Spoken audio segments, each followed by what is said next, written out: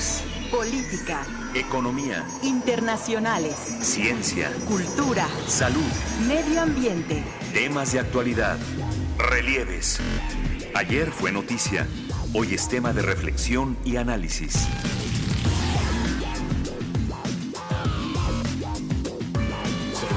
Relieves.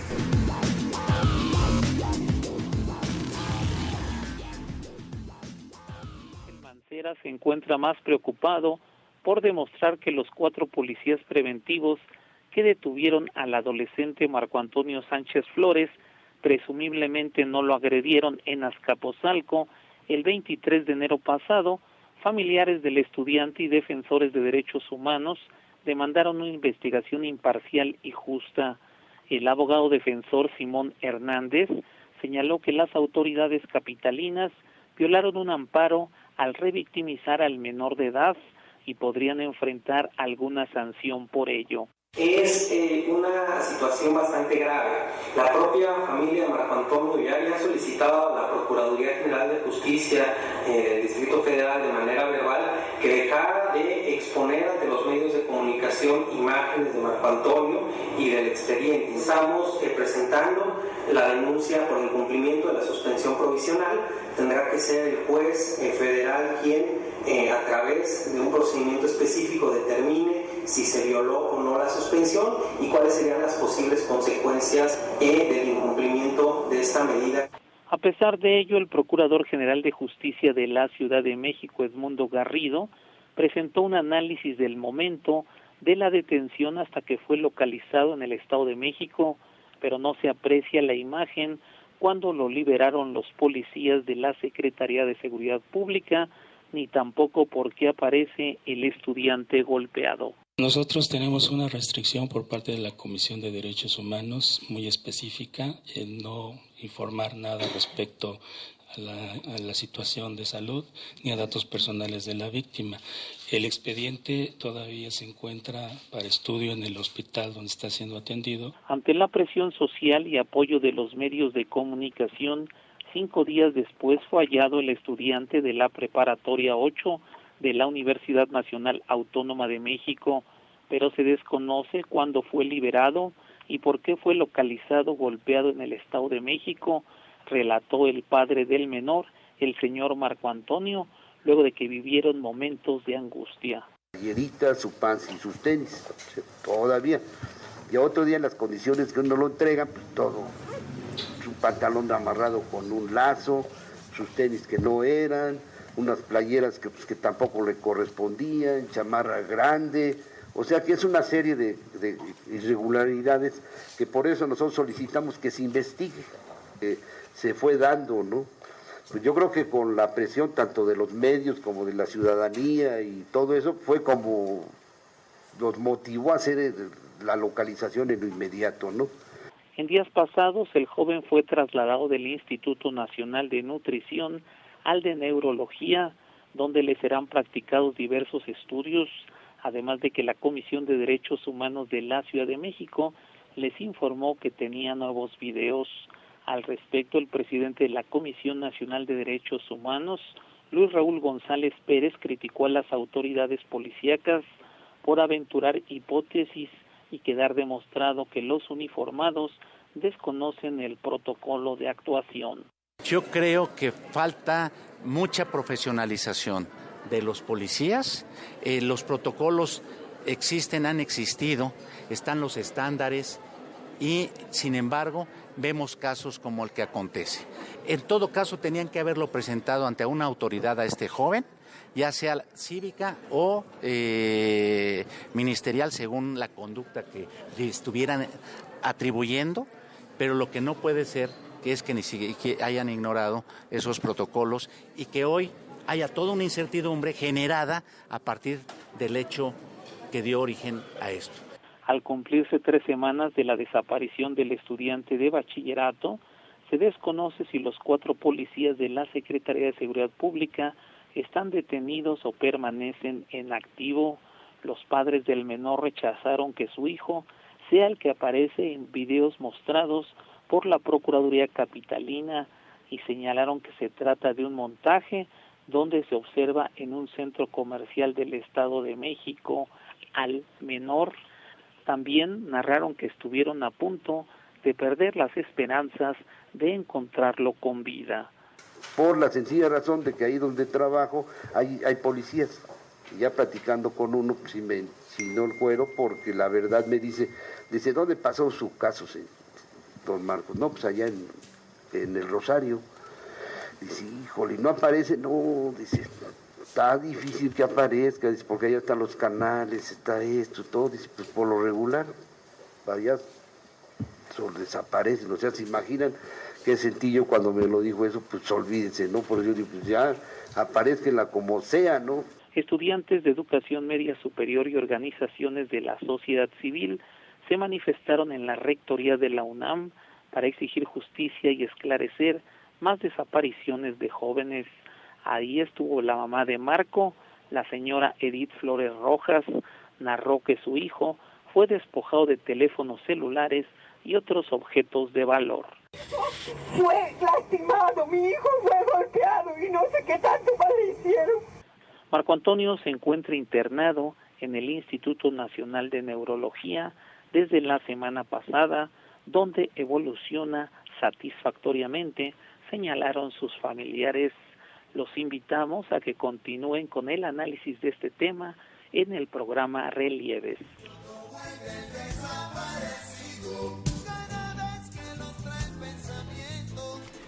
Buenas noches, estimados radioescuchas. Como cada lunes, usted nos acompaña en su programa Relieves.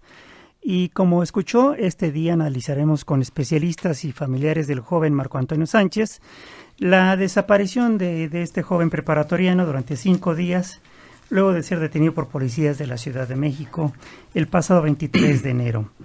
Y bueno, pues han transcurrido 20 días desde aquella situación.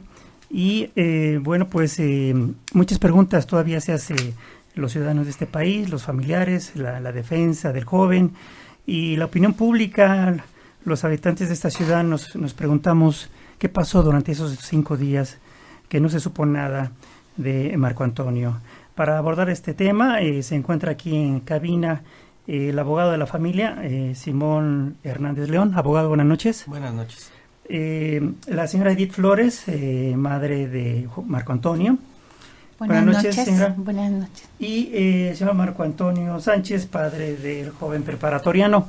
Vía telefónica esperamos que un enlace con algún representante de la Red por los Derechos de la Infancia en México. Y bueno, pues comenzamos invitándolo a usted a que participe, opine, juzgue, critique, sugiera a los teléfonos 41 55 10 60 y si nos habla de algún estado de la República al 01800 080 1060, a través de nuestras redes sociales digitales, en Twitter @radioeducación, usted nos puede escribir, y en Facebook /radioeducación. En el micrófono su amigo Carlos Padilla Ríos. Y bueno, pues para empezar antes que todo, gracias por estar aquí en la cabina de Radio Educación. Le preguntaré, señor Raúl Sánchez, antes de que comencemos al análisis, a usted como padre de Marco Antonio, ¿cómo está la salud del joven? Mire, pues ya como ustedes sabrán de que lo vimos, pues estaba en unas condiciones deplorables. Más que nada, pues se ven pocos avances, dado que en el Instituto de Pediatría no contaba con todo el material necesario para salir adelante.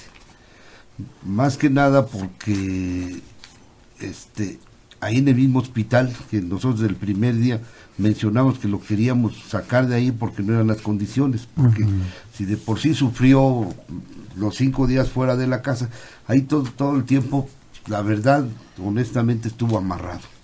Entonces, en un cuarto piso donde pues se propiciaban malas. Nos está hablando del hospital Juan N. Navarro.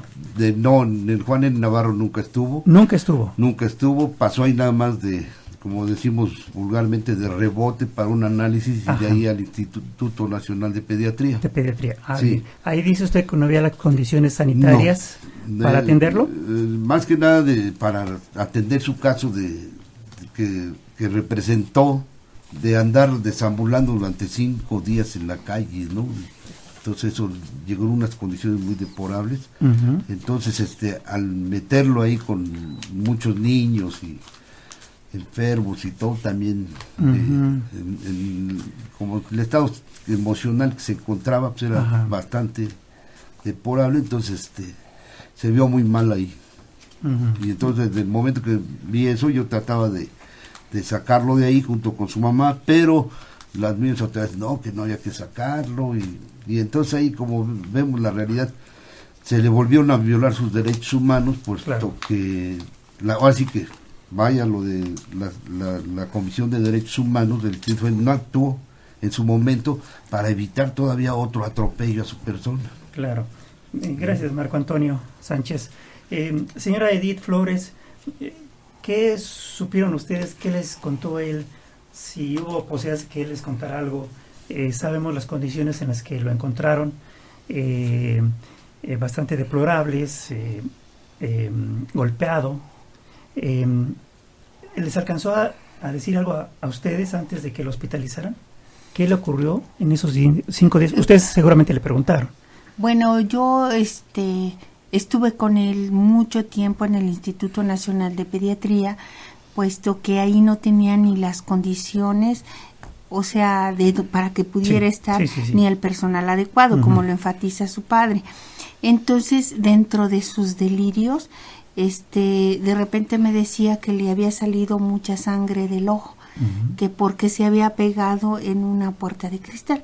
¿Y está usted de acuerdo que el casco de los policías tiene como algo transparente? Yo quiero pensar que él se imagina que él solo se dio en una puerta de cristal, y no fue de los cabezazos que le dieron los policías, porque traía los ojos muy, muy morados. Ya ve que hay una foto que se difundió mucho por internet, donde en uno de los pómulos tiene verde y tiene sangre. Pues sí, ya se le veía ese verde, que ya se le iba quitando, pero no hila las ideas aún. O sea, dentro de su delirio de repente se acuerda de algunas cosas, como por ejemplo que quiere sus audífonos, y luego le digo, pero pues ¿dónde están? Y me dice, pues en la luz. Y luego le digo, y luego me pregunta por sus teléfonos, dice, oye, mi teléfono Huawei y mi teléfono Motorola, le digo, ¿dónde está? Y de repente me dice, me lo robaron los policías. Y de repente dice, pues se quedó en la luz. Y le digo, pero hijo, ¿cuáles policías? Y me dice, ay, pues unos que estaban conmigo todo el tiempo. Y le digo, ¿pero en dónde? Ay, no, dices que yo desayunaba todos los días en el Vips. En mi casa era el Seven. Entonces, ¿está usted de acuerdo que no hila ideas? O sea, él no puede declarar nada, porque pues puede ser que dentro de lo que se acuerde diga algunas palabras, pero pues no lo puedo tomar como real. Claro. Porque no esté en un estado como para decir algo. Esa conversación o esas conversaciones ocurrieron los primeros días, los primeros momentos. No, los primeros momentos él decía muchas groserías, como que estaba muy irritable, como que en el Instituto Nacional de Pediatría tenía en la cara la luz, tenía los gritos de los niños, las enfermeras entraban y salían como si fuera algo normal, y él se irritaba mucho. Entonces no podía tener una conversación. Eso que le acabo de decir lo tuvo ayer y antier conmigo. Caramba, entonces presumimos que no ha evolucionado en la salud. Pues realmente como que su estado físico, pues sí ha evolucionado, pero su estado mental no. No. ¿Qué le dicen los médicos?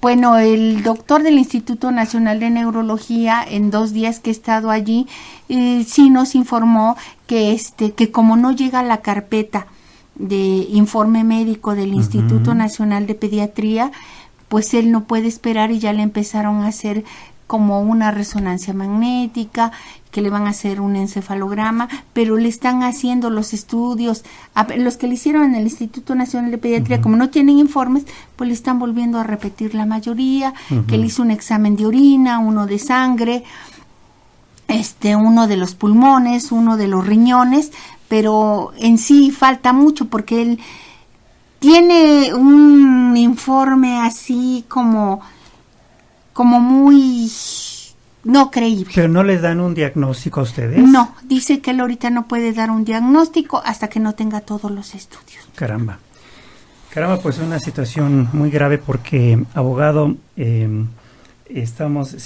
Simón Hernández León, pues estamos en una situación complicada para la familia porque el joven pues no se recupera. Las autoridades no están esperando la declaración del joven, ¿verdad?, para sacar conclusiones, y ustedes también.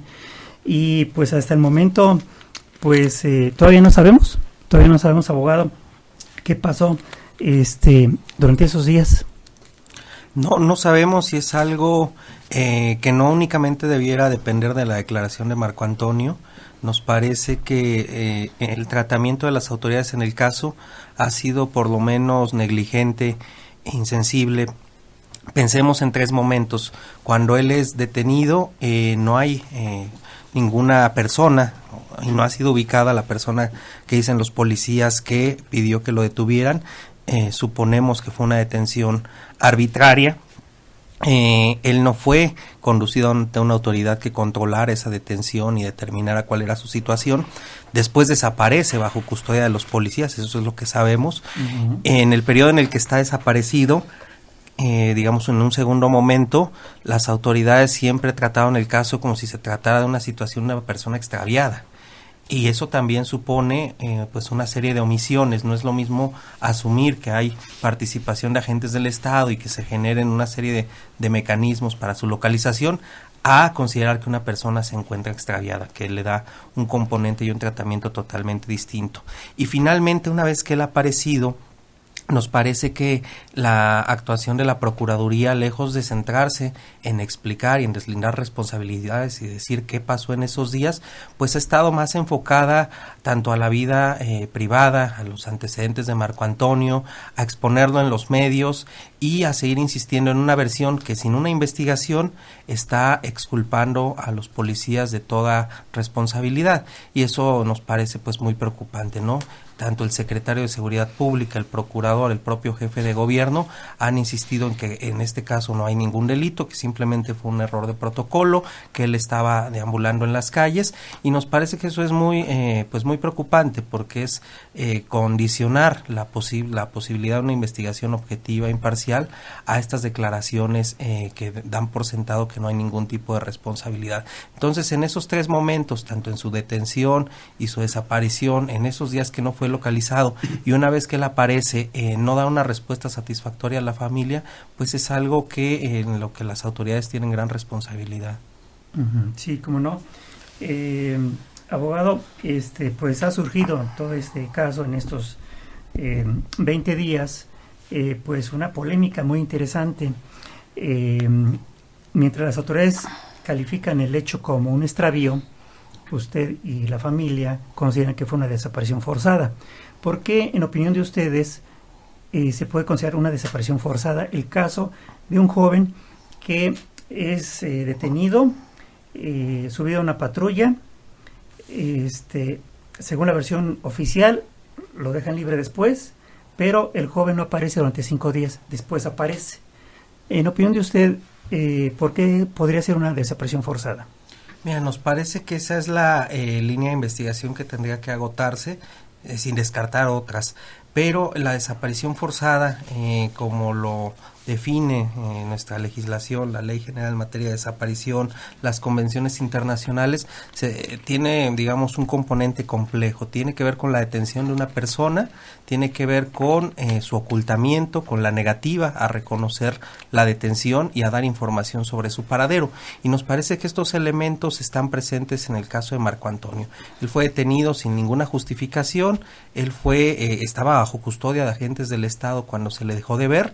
Cuando se solicita información sobre su paradero, la solicitaron los padres. Los padres, cuando van a la agencia del Ministerio Público, les dicen simplemente que un comandante por teléfono les dijo que ya lo soltaron, e incluso si no existiera, digamos, el testimonio de su amigo y los registros de video cuando él estuvo en el juzgado cívico en Tlalnepantla, esa detención formalmente no hubiera existido, porque no hay ningún registro de que él haya sido detenido. Entonces, estos elementos a nosotros sí nos hacen sostener que se tiene que investigar como una desaparición forzada, porque si no existían estos elementos de prueba, pues formalmente él jamás habría estado bajo custodia de los policías, tanto de la Ciudad de México como de los de Tlalnepantla y del juzgado calificador. Y el hecho de que simplemente digan que se le dejó ir, pues nos parece una situación muy, muy grave, muy anómala, que tendría que ser debidamente esclarecida. Y hay que verlo también en contexto. En contexto tenemos al menos dos elementos. Un marcado patrón de detención arbitraria de jóvenes en la Ciudad de México, y esto ha sido muy expresado en las manifestaciones públicas, en la universidad, por ejemplo, de que es una constante que los jóvenes son hostigados, criminalizados por la policía, y en un contexto nacional también donde la desaparición forzada es un tema que debiera tomarse con la seriedad que amerita esto.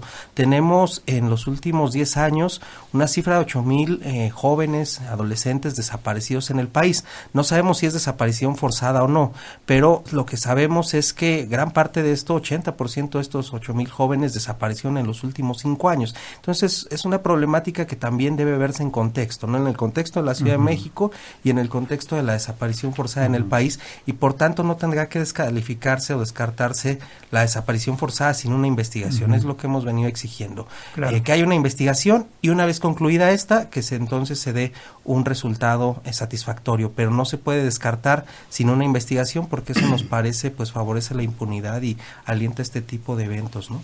Claro. Si estoy mal, abogado Simón Hernández, del Centro de Justicia Procesal, Instituto Justicia Procesal Penal. La ley de desaparición forzada en su artículo 27 define a esta desaparición forzada. Comete el delito de desaparición forzada de personas el servidor público o el particular que con la autorización, el apoyo o la aquiescencia de un servidor público prive de la libertad en cualquier forma a una persona, seguida de la abstención o negativa a reconocer dicha privación de la libertad o a proporcionar la información sobre la misma o su suerte, destino o paradero. Parece que lo que nos acaba de escribir usted reúne todas las condiciones, abogado. Sí, no, para nosotros es claro que hay suficiente información para que se investigara como desaparición forzada. Y es la insistencia, si policías detienen, suben a una patrulla y bajo custodia de esa autoridad una persona de repente desaparece, pues tiene que investigarse como tal. Y nos parece que la calificación legal sí es significativa, sobre todo por las consecuencias que pueda tener en el marco de una investigación y en una eventual responsabilidad judicial. Si nosotros, por ejemplo, a un tema de tortura le llamamos lesiones, pues la investigación desde luego que va a ir enfocada a demostrar otros elementos de prueba o otra hipótesis. Si nosotros a un caso, por ejemplo, de tentativa de feminicidio le llamamos también lesiones pues vamos a tener una investigación al menos parcial o sesgada, incompleta. Es por eso que para nosotros es importante que se agote esta línea de investigación y que lejos de seguir insistiendo en la exposición de Marco Antonio y en querer responsabilizarlo, porque nos parece que también eso ha sido parte de la narrativa oficial y muy recurrido en este país, culpabilizar a las víctimas y decir, bueno, seguramente en algo andaba, ella lo provocó, por ejemplo, en tema del abuso sexual, por vestirse de determinada manera, o algo andarían haciendo, pues que esto, lejos de fortalecer los procesos de justicia, terminan, primero, por relevar de la responsabilidad a las autoridades, y segundo, por revictimizar a las personas, ¿no? Al culpabilizarlas de lo que sucedió, y esto tiene que ser investigado por las autoridades. Es decir, Marco Antonio y su familia no tendrán que probar qué fue lo que le pasó, tendrá que ser la autoridad, pero no enfocar digamos en la vida privada, en los antecedentes de Marco Antonio, que además pues es un adolescente como cualquiera en esta ciudad, y que lo que él era antes pues es muy distinto, y él se encontraba sano cuando fue detenido y posteriormente, días después, pues aparece con afectaciones. ¿Quién lo hizo? ¿Por qué se las provocó? Eso es lo que tiene que explicar la autoridad. Claro. Bueno, afortunadamente Marco Antonio apareció, y sin embargo aquí se reúnen elementos muy interesantes porque como usted decía, abogado Simón Hernández, en la Ciudad de México y en el país desaparecen miles de personas y niños en este país, y desafortunadamente muchos no los volvemos a ver.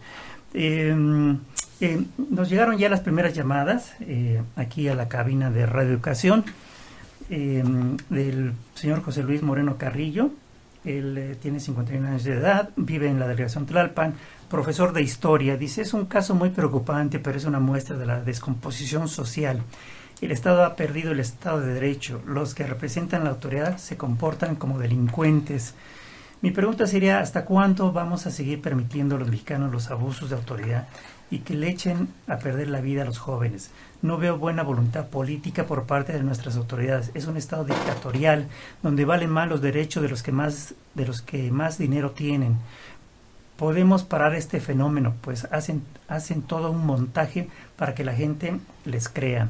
Esto opina José Luis Moreno. Y bueno, pues les preguntaré, bueno, la Comisión de Derechos Humanos del Distrito Federal anunció la semana pasada que por estos días daría un informe. ¿Qué saben ustedes? ¿Ya dio un informe a ustedes? ¿Ya se acercó nuevamente a ustedes? ¿Qué esperan de este informe? Señora Edith. Mire, pues al inicio de esto, debo de reconocer que tuve mucho apoyo, me hicieron inclusive acompañamientos, pero la semana pasada me hacen un llamado que tengo que asistir, porque me van a dar nueva información, y resulta que llego y lo que me informan es que más bien que su papá y yo tenemos que asumir que nuestro hijo era psicótico. Que lo tenemos que asumir porque ellos se enteraron por no sé quién. En verdad, o sea, yo hasta que no tenga las bases no voy a decir lo que me dijeron, porque esto es chisme, porque como usted acaba de señalar, resulta que las víctimas luego somos los delincuentes y los que nos desgracian la vida son los buenos. Entonces no. Y ahí eso también se me hace muy preocupante de la Comisión de Derechos Humanos. O sea, número 1, si mi hijo estaba en muy malas condiciones en el Instituto Nacional de Pediatría, no intervinieron. Número 2, ahora se prestan a hacer unas suposiciones de que tengo que aceptar que mi hijo es psicótico. Eso ya me preocupa. Uh-huh. Y desde ese día no han tenido contacto conmigo. Mi visitador le mandé un mensaje de acuerdo a lo que me dijeron y me dice que por cuestiones personales no se presentará hasta el miércoles. El miércoles se contactará conmigo y me explicará. No sé qué me va a explicar, puesto que creo que si están haciendo las cosas claras, no tiene por qué ser escondidas, más siendo lo que representa los derechos. Uh-huh. Entonces claro, no me pueden condicionar, ni mucho menos. Y eso realmente se me hace muy preocupante, señor. Señor Marco Antonio Sánchez, ¿su hijo ha llevado algún tratamiento anteriormente? No, nunca. No, nunca ha tenido un tratamiento de esos. ¿No? ¿Algún comportamiento que usted identifique? No, pienso que no. Ajá. Es reconocido como deportista. Ajá. Aprendió a nadar, corre, y lo de taekwondo. O sea, no hay nada de eso que le achaque, ¿no? Ahorita. Entonces, ¿de dónde se desprende esa percepción de la Comisión de Derechos Humanos del Distrito Federal de que es psicótico? Pasa como ya ahora sí que nos están acosando por todos lados las autoridades, desde el hecho de que a mí no me dejaban participar en una cita que nos hicieron de unos videos, en el cual manifesté yo luego, tanto él, su mamá como yo, que no era él.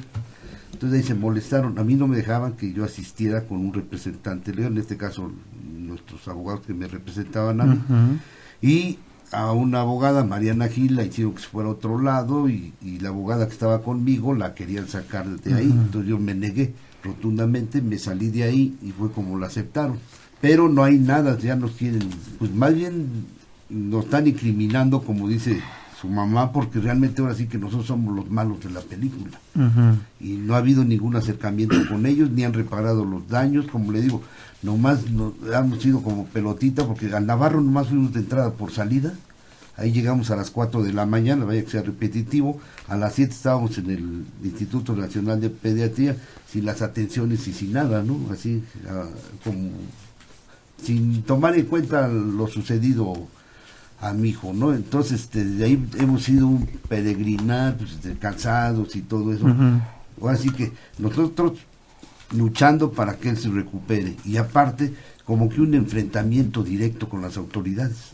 Se ha dado ese enfrentamiento que pues nomás nos están hostigando y los medios de comunicación, pero pues, gracias a que se metió un amparo ante la Corte Federal, es como que se han detenido, porque eso ya mandató la juez que no deben de usar la figura del menor para estarlo denigrando, entonces pero aún así todavía sacaron esos videos del procurador junto con el fiscal de servidores públicos. Entonces se han brincado los acuerdos que han hecho los jueces, los dictámenes que hace el juez, se los brincan, entonces no respetan. Abogado Hernández León, ¿ustedes han tenido acceso al expediente? Regularmente es un debate, inclusive pues, con periodistas, ¿no?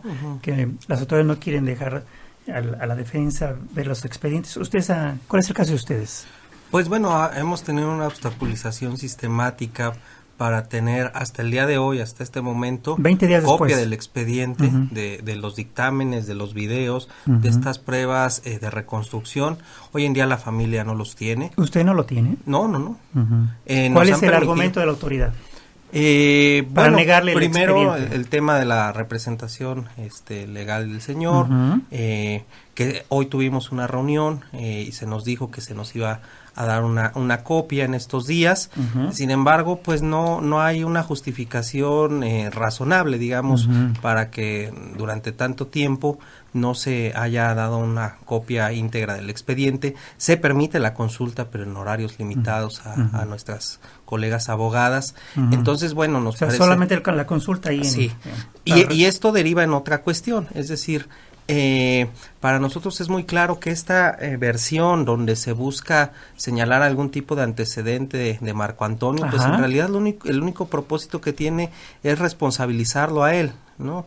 De lo que pasó. Y nos parece que ese no tendría que ser el foco, y esto desde luego que ha sido alentado por las autoridades. Incluso la filtración que ha habido de partes del expediente clínico, ninguna otra persona tiene acceso a esas constancias, únicamente la autoridad ministerial, la procuraduría, la familia no, los abogados no, y en consecuencia que de repente aparezca en medios de comunicación y se intente descalificar a Marco Antonio, pues nos parece que es parte de un manejo de las autoridades para terminar de responsabilidad a Marco Antonio, ¿no? Y justo por eso es que se han emprendido estas acciones legales, para que se deje de filtrar información del expediente, para que ya no se le siga exponiendo en medios de comunicación, porque lejos de favorecer pues el proceso de justicia, lo que están haciendo es descalificar de manera reiterada y señalar pues algún tipo de antecedente que los padres lo han dicho no lo tenía, pero incluso si lo hubiera tenido, eso no es ninguna justificación. Claro, es decir, si el joven fuma cigarro, tiene el cabello largo, tiene un tatuaje, no tiene nada que ver con que policías los detengan, los arresten y desaparezcan, ¿no? Incluso sería una cuestión todavía más agravante, porque la propia condición de adolescencia pues es considerada una vulnerabilidad, ¿no? Por muchos aspectos. Adolescente, psicótico, y todavía que lo agredan, que lo secuestren, bueno, caramba, pues qué panorama, ¿no? En este caso, reitero, Marco Antonio no tenía ninguno de esos antecedentes, pero pues nos parece muy preocupante que se trate de llevar todo el asunto pues a un tema de la vida privada y personal de Marco Antonio, y que esto también, pues como te lo mencionan los papás, les genera afectaciones, porque es muy fuerte que en los medios de comunicación se esté exponiendo esta versión, que se les esté descalificando a toda la familia, que se le exponga mediáticamente, y bueno, eso genera otro tipo de afectaciones y de violaciones. Ahorita vamos al tema de qué papel están jugando los medios de comunicación en esta situación. Está por lo pronto la llamada del señor Javier Rodríguez de Miguel Hidalgo. Dice: comprobado que la policía en México, en lugar de dar seguridad, da miedo. Se dice fácil, pero en vez de ayudar a la población, actúan en su beneficio y agrede a la población. La justicia en nuestro país no existe para los que menos tienen. la opinión de Javier Rodríguez. Y ya está en la línea telefónica el licenciado Juan Martín Pérez. Él es representante de la Red de Derechos por la Infancia en México. Y bueno, pues Juan Martín, gracias por tomar la llamada. Muy buenas noches. Disculpen por no estar con ustedes en el estudio, pero gracias por la oportunidad. No se preocupe. Bueno, usted ya escuchó parte de esta conversación con los padres de Marco Antonio y con el abogado Simón Hernández. La posición de la red con relación a este caso, Juan Martín, ¿cuál es? ¿Cómo ha visto usted el comportamiento de la autoridad, el trato hacia la familia, el hecho de que 20 días después no conozcamos qué le ocurrió al joven durante 5 días que estuvo desaparecido? ¿Qué opinión tiene la red, Juan? Primero nos hemos solidarizado con la señora Edith, con don Marco Antonio, desde el primer momento que tuvimos contacto con ellos y ofrecimos todo lo que, digamos, como red a nivel nacional e internacional está a nuestro alcance, sumarnos a la movilización que afortunadamente tuvo como buen resultado la indignación nacional que regresara Marco Antonio con vida. Quien lo tuviera se vio forzado a liberarlo, y bueno, ahora parte de la tarea que hemos estado haciendo es de presión política a las autoridades, tanto a nivel federal como a nivel de la Ciudad de México y con organismos internacionales. Desde el principio hemos estado informando sobre esto a estas organizaciones internacionales sobre las cuales México está obligado a rendir y a dar cuentas sobre lo que está haciendo. Y aquí me parece que es claramente una expresión de cómo el Estado mexicano desprecia a los niños, a las niñas y particularmente a los adolescentes. Marco Antonio fue víctima de una práctica común de la policía mexicana, no solo en la Ciudad de México, que presiona, que extorsiona, que hostiga a los adolescentes bajo apariencia. Y que en este caso, cuando Marco Antonio reclama el respeto a sus derechos, esto por supuesto es muy frecuente que la policía lo asume como una afrenta y suponemos, esto tendrá que investigarse, pretendiendo darle una lección con un resultado bastante lamentable. Hay 4 días en los que no sabemos de Marco Antonio, por lo cual hay elementos y evidencia para hablar de una desaparición forzada a manos de autoridades, y es lo que hemos venido exigiendo en todo momento, y por supuesto que tardaremos un poquito, pero lo lograremos. Con un poco de paciencia y estrategia como hasta ahora, se logrará que esto se pueda investigar y fincar responsabilidades a todas las personas responsables en todos los niveles, no solamente los policías ahora en calidad de imputados, bajo una lógica de mal ejercicio de la función pública, sino claramente como posibles perpetradores de un delito grave que es la desaparición forzada. Juan Martín, ¿usted coincide con el abogado Simón Hernández que hay presunción de que se cometió desaparición forzada en el caso de Marco Antonio? Sí, es importante comentarlo, que esto no es solamente una valoración de las organizaciones en México, sino el propio alto comisionado desde el pasado 27 de enero, cuando todavía no aparecía Marco Antonio, se pronunció expresamente porque este caso tendría que ser investigado de acuerdo a la nueva ley vigente, recientemente, entrada en vigencia. También Amnistía Internacional lo ha señalado. En estos días, don Marco Antonio tuvo un diálogo privado con la relatora para México y relatora de Derechos de la Niñez de la Comisión Interamericana, la comisionada Esmeralda Rosamena, que volvió a insistir en que nuestro país está obligado a investigar de acuerdo a esta ley vigente como desaparición forzada. Muy bien. Bueno, si nos permite un momento, Juan Martín, recibimos más llamadas del auditorio. Estoy aquí en la línea, gracias. Gracias a usted. El señor Manuel Munguía, de Iztapalapa, entre la incapacidad e incompetencia de las autoridades del Estado mexicano, ahora en lugar de buscar hacer más segura la vida de la nación, se dedican a violar cualquier derecho humano, que dejan a los ciudadanos indefensos ante tales atropellos, que vienen a conformar con todas las muertes acaecidas en las últimas 2 administraciones, se refiere a Peña Nieto y a Calderón, por supuesto. El crimen de lesa humanidad. No debemos esperar que esto siga sucediendo. Es tiempo de acabar con esta política neoliberal que nos ha empobrecido y que nos está matando. Eso opina Manuel Munguía. Mientras tanto, Marco Antonio Ávila, también de Iztapalapa, dice: todo esto evidencia todo esto evidencia es que la policía actúa como delincuente, se ve en el centro, hay bandas que se dedican a robar sobre Correo Mayor y los policías son sobornados para que los dejen trabajar. A mí me asaltaron y no quisieron revisar las cámaras de seguridad porque la policía está en contubernio. La cereza del pastel está en lo que dice Mancera, que en la Ciudad de México no operan cárteles de la droga. Eso parece una burla, dice Marco Antonio Ávila. Y con relación, abogado Simón Hernández, pues el caso de Marco Antonio es un caso sui generis, porque como decíamos antes, pues afortunadamente apareció, muchos jóvenes no aparecen, muchos niños están desaparecidos, y sin embargo este caso pues apareció afortunadamente. Pero bueno, pues en este enjambre de medios de comunicación en el país, pues cada quien hace lo que según su opinión lo distingue. Y por ejemplo, yo me acuerdo del caso del periódico La Razón, que mandó un tuit por la red Twitter diciendo, dice La Razón _MX, luego de haber movilizado integrantes de la sociedad civil, organismos gubernamentales y hasta instancias internacionales, se descubrió que #Marco Antonio Sánchez no estaba muerto, andaba de parranda. ¿Qué opinión le merece a usted, abogado, este comentario? Pues es muy lamentable para un medio de comunicación que se erijan en investigadores, en jueces y en, digamos, de alguna manera guardianes de la moral de los jóvenes.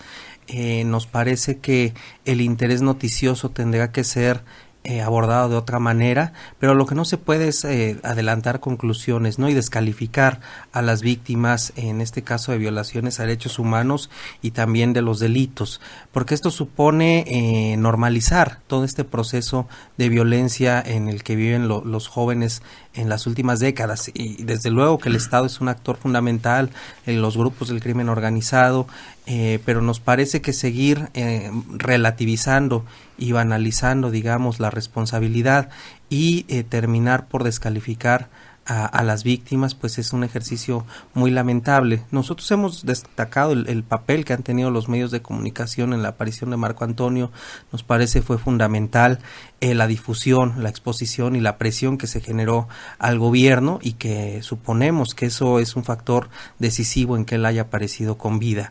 Y hay algunos otros enfoques en los que no estamos tan de acuerdo, sobre todo cuando no hay un equilibrio noticioso, cuando se hace eco únicamente de la voz y de la versión oficial, de esta versión oficial que pretende exculpar a las autoridades y donde no se escucha a las víctimas, ¿no? Entonces, usted también tenía una opinión acerca de la conducción de Alejandro Villalbazo de 88.9.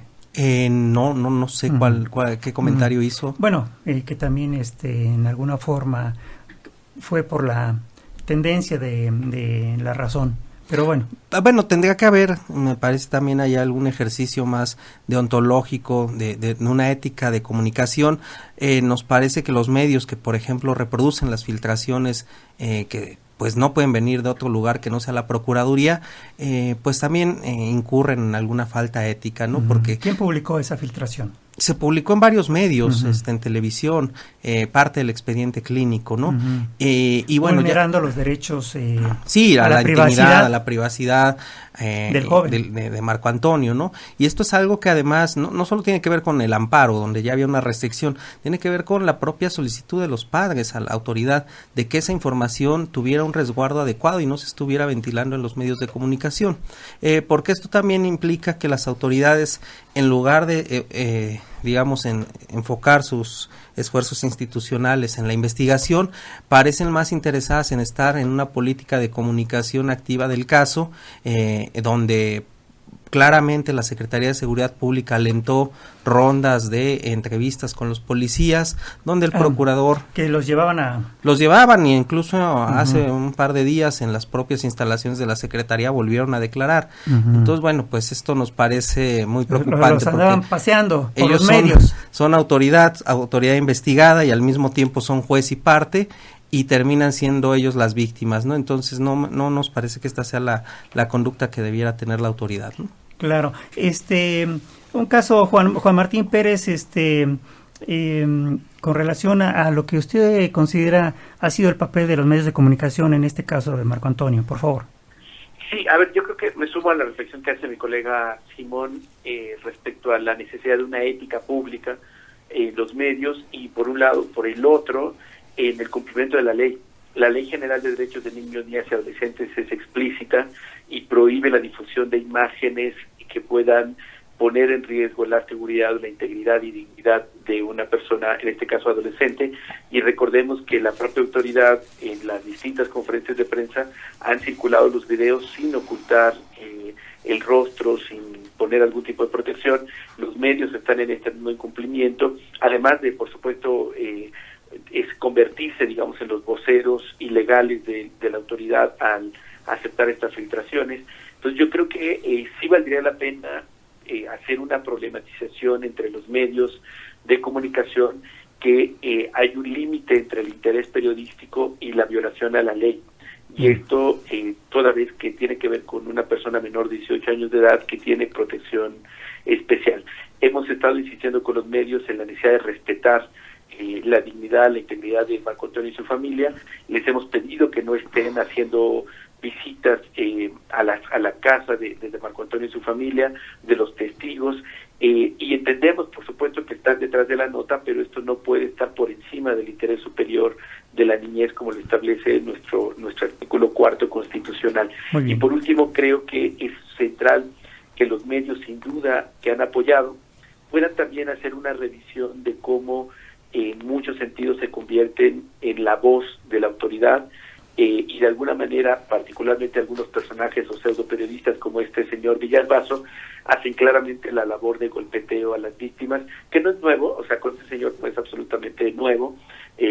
Hay una larga lista de señalamientos a este pseudo periodista, y que, bueno, por supuesto el público también sabe cuando hay que cambiarle, cuando estas gentes no tienen no solamente ética, sino ningún oficio periodístico. Muy bien, gracias. Entró otra llamada, la de Franco Gutiérrez. Él tiene pues nada más 72 años de edad, es profesor investigador.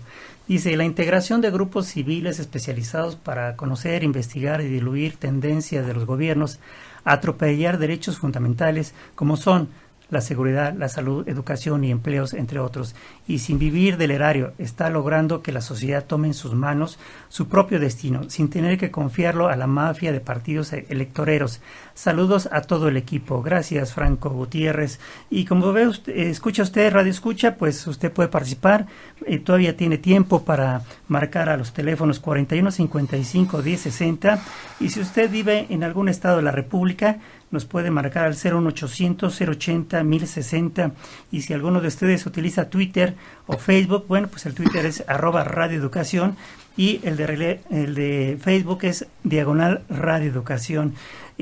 Pues qué tema tan interesante el que estamos abordando en estos momentos, porque pues se fue una situación, insisto, en que pues finalmente Marco Antonio apareció, pero bueno, pues en condiciones no muy agradables.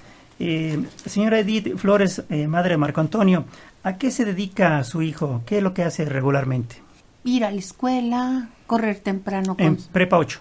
En Prepa 8. Uh-huh. Correr con su perro y tomar fotos. Él es amante a la naturaleza, le gusta ver los amaneceres, le gusta mucho la fotografía, porque el año pasado, como materia de estética, llevó fotografía. Entonces, pues ya ve que su afición a ello es hasta donde lo tiene. Bien. ¿Algo que usted quiera decir, señor? Padre de... Más que nada, desde pequeño tuvo un pase donde era para visitar los museos.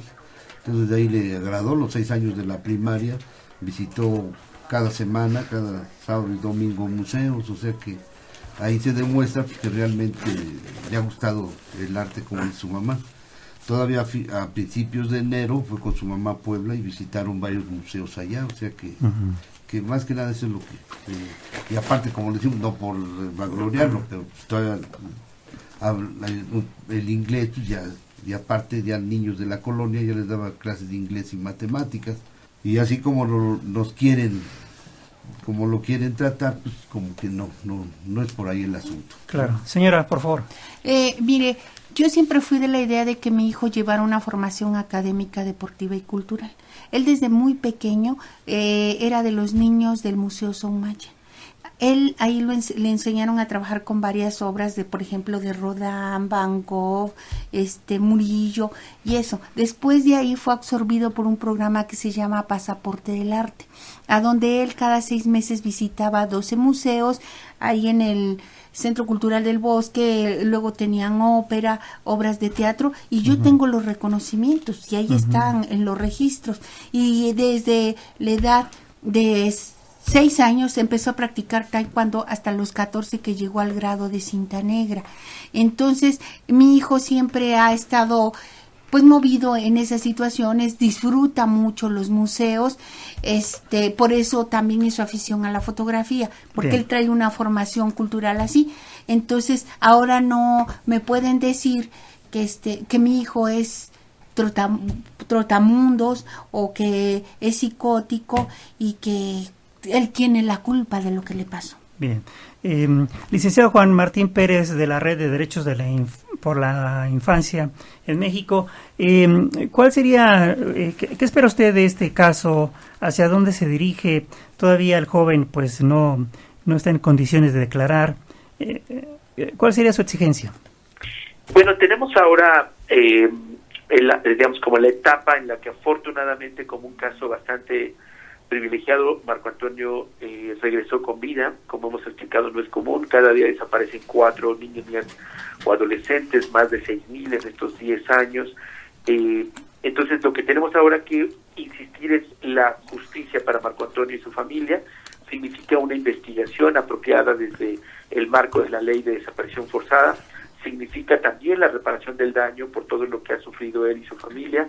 Significan disculpas públicas del jefe de gobierno, Miguel Ángel Mancera, que se convirtió tristemente en el abogado de estos policías presuntamente responsables de un delito o un crimen de lesa humanidad. Significa que no vuelva a repetir. Necesitamos garantías de que esto no le pase a otros adolescentes, a otros jóvenes, y que ya este dolor de la familia, de la señora Edith, de don Marco, del propio Marco Antonio, no sea repetida por ninguna otra familia. Y esto, por supuesto, es una exigencia con la cual seguiremos luchando y trabajando las organizaciones, los órganos internacionales, y con la gran fuerza que tiene esta familia, que ha logrado hasta ahora mantenerse muy sólida, muy unida en la exigencia de justicia, y evitando que los dividan o que la autoridad, en esta negativa a reconocer el cumplimiento de la ley, los ha estado hostigando. Así es que, por supuesto, seguiremos también luchando, y muy importante, por la seguridad de Marco Antonio y su familia, pero en esta nueva ruta, y ojalá sigamos contando con espacios como el de ustedes, que son sumamente valiosos para hacer llegar la voz a todas y a todos los ciudadanos. Porque déjenme decir esto, le tocó a la familia de Marco Antonio, ellos no lo esperaban, no lo buscaron, no sabían que les iba a suceder. Esto mismo nos puede pasar a cualquiera de nosotros. Claro. Esto ya no es para gente ajena, cada vez se acerca más, y creo que es momento de pararlo. Juan Martín, tiene mucha tarea por delante. ¿Cuántos niños están desaparecidos actualmente? 6,000 en nuestro país en los últimos 10 años. Cada día siguen desapareciendo 4 de ellos. Caramba, qué tragedia. Gracias, Juan Martín Pérez. Muy buenas noches, y nuevamente un abrazo para la señora Edith, para Marco Antonio, para nuestro colega Simón, y gracias por este espacio. Muy buenas noches. Por nada, Juan Martín, a usted, gracias a usted. También llegaron más llamadas de un anónimo. ¿Cómo lo presentamos a los anónimos? Bueno, pues así como anónimo. Dice, de la Gustavo Madero, el anónimo dice que le hagan juicio a los policías que detuvieron a Marco Antonio y su jefe. Un fusilamiento para escarmiento. Bueno, pues tampoco, ¿verdad? Porque, pues, la ley de la selva, pues no, tampoco la admitimos, ¿verdad, abogado? Sí, desde luego, digamos, incluso la autoridad, cuando trata de resolver las cosas, a veces vuelve a incurrir en ilegalidades. Está este evento del policía que se fue a Guerrero, de uno de los que participaron, desapareció, y después sus propios compañeros de la Secretaría fueron a practicar un arresto bastante irregular en compañía de la Policía Ministerial de Guerrero, y bueno, fueron retenidos en una comunidad, acusados de haber allanado casas, haber robado. Entonces, bueno, pudo haber derivado en una tragedia eso. Vemos que cuando las autoridades intentan remediar las cosas, pues muchas veces vuelven a incurrir en otras irregularidades, en otras ilegalidades, ¿no? El señor Ramón Ortega nos habla y dice, él es de Tlanepantla, tiene 74 años de edad. Caramba, qué promedio de edad tenemos aquí en Radio Ocasión de nuestros radioescuchas, pero bueno, son fieles. Lo que refleja es la fidelidad a esta estación, ¿verdad? Dice Ramón Ortega, las autoridades están de acuerdo con la delincuencia organizada. Ellos juzgan a su modo y no hacen todas las indagaciones correspondientes sobre la afectación de los golpes, ni todo lo que le ocurrió a este joven. Con este gobierno estamos perdidos porque no hacen nada por la ciudadanía, opina Ramón Ortega. Abogado, pues, ¿qué espera usted de esta situación? Ya el abogado Martín Pérez nos dice, pues, falta la aplicación de la justicia. Desde luego, y te lo refrendarán tanto la señora Edith como el señor Marco, la exigencia es de justicia. Nos parece que en el caso de Marco Antonio, el hecho de que haya aparecido con vida es un signo alentador, pero al mismo tiempo es un desafío de que estas cosas no tienen que volver a pasar y no pueden volver a pasar con otro adolescente. La movilización que provocó, la solidaridad que provocó, sí hacen una exigencia muy, muy fuerte a las autoridades de justicia en este caso, y si no hay justicia y hubiera un tema de impunidad, sería una señal muy lamentable, ¿no? En un país con tantos jóvenes desaparecidos, con tanta violencia, es importante que este caso suponga un momento después, ¿no? Claro. En materia de desaparición y de violencia contra los jóvenes, y que en este caso sí exista justicia para que estos casos no vuelvan a suceder. Porque la autoridad sostiene que fue un extravío, entonces de un extravío a un secuestro pues hay mucha distancia. Sí, claro, o sea, hay un universo de responsabilidad, de participación, de responsabilidades también, de autoridades no solo que hayan participado, sino de aquellas que hayan encubierto o facilitado algún esquema también de colaboración o de complicidad o simplemente de encubrimiento hacia las autoridades. Claro. Señora Edith Flores, madre de Marco Antonio, ¿qué le pediría a las autoridades? Que me entreguen a mi hijo sano como estaba, por un lado. Por otro lado, a la Secretaría de Salud le pido que tenga mejor ética para sus doctores. Como mencionan a un tal Judá Hernández que habla de mi hijo cuando ni siquiera sabemos si existe ese hombre. Y en verdad, ese tipo de doctores no deben de tener licencia para ejercer, porque son unos criminales disfrazados de curanderos. ¿Sí? Y realmente este señor Judá Hernández, cuando me lo mencionaron en el Instituto Nacional de Neurología... ¿Él es médico de ahí?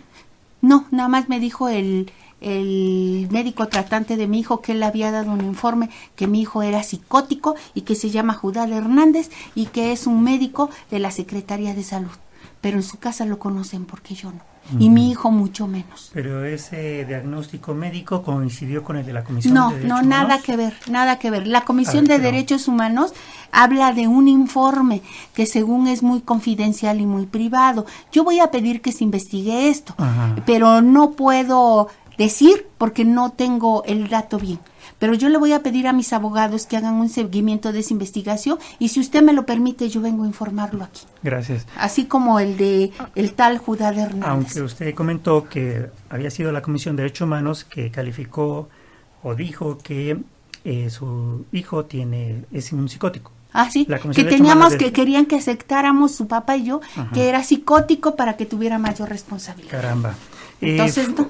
Bien, gracias. Fabiola López, profesora de la CTM, Gustavo Amadero, dice, preguntar si los padres de Marco Antonio necesitan apoyo económico y cómo hacerlos llegar y aconsejarlos para que regresen a la comunidad estudiantil y den información actualizada sobre el caso, de que se acerquen a los activistas estudiantiles y llamen nuevamente a la movilización y protesta de la sociedad para que se esclarezca el caso. Bueno, pues aquí los invitan a ustedes a llamar a la movilización nuevamente, que ha habido mucha movilización afortunadamente.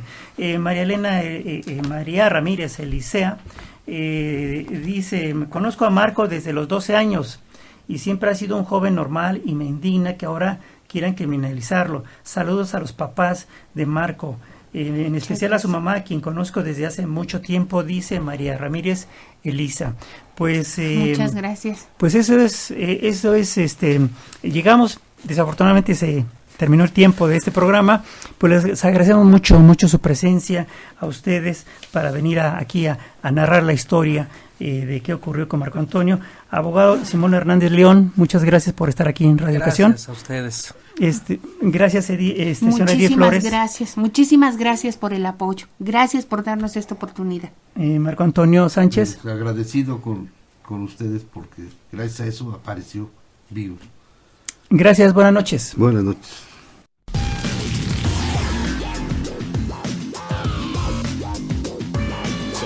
Relieves. Bien, participamos en este programa en la producción Rafael González Domínguez, en la conducción Carlos Padilla Ríos, en el reportaje Carlos Godínez, en la musicalización y asistencia Manuel Mora. Gracias, hasta el próximo lunes, buenas noches.